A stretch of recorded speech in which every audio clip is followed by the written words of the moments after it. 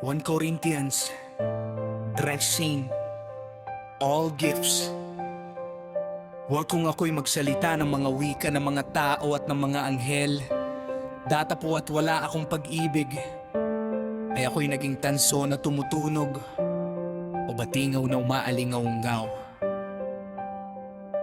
At kung magkaroon ako ng kaloob na panghuhula, at malaman ko ang lahat ng mga hiwaga, at ang lahat ng mga kaalaman. At kung magkaroon ako ng buong pananampalataya, na ano't mapalipat ko ang mga bundok, tatapo at wala akong pag-ibig, ay wala akong kabuluhan. How excellent soever are nothing worth without charity. At kung ipagkaloob ko ang lahat ng aking mga tinatangkilik upang ipakain sa mga dukha, at kung ibigay ko ang aking katawan upang sunugin, datapo at wala akong pag-ibig, ay walang pakikinabangin sa akin. Ang pag-ibig ay mapagpahinuhod at magandang loob. Ang pag-ibig ay hindi nanananghili. Ang pag-ibig ay hindi nagmamapuri, hindi mapagpalalo, hindi nagugaling mahalay, hindi hinahanap ang kanyang sarili, hindi nayayamot, hindi inaaluma ng masama, hindi nagagalak sa kalikuan, kundi nakikigalak sa katotohanan.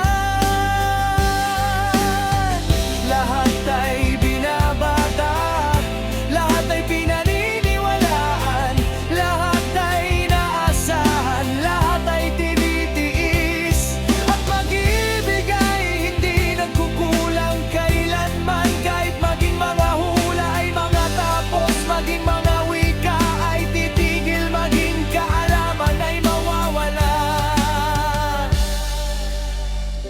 Sapagkat nangakakakilala tayo ng bahagya at nanganghuhula tayo ng bahagya, datapod dun dumating ang sakdal, ang bahagya ay matatapos. Nang ako'y bata pa, ay nagsasalita akong gaya ng bata, nagdaramdam akong gaya ng bata, nag-iisip akong gaya ng bata. Ngayong maganap ang aking pagkatao, ay iniwan ko ng mga bagay ng pagkabata.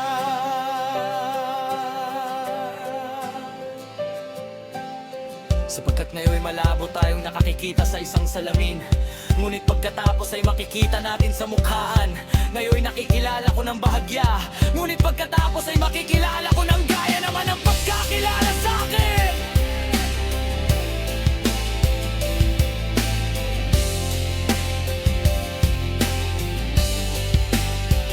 Ang pag-ibig ay hindi at kukulang kailanman, kahit maging mga hula ay mga tatapos, maging mga wika ay titigil, maging kaalaman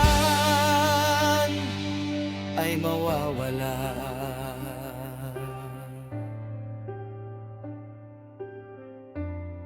Datapo at kung dumating ang sakdal, ang bahagya ay matatapos.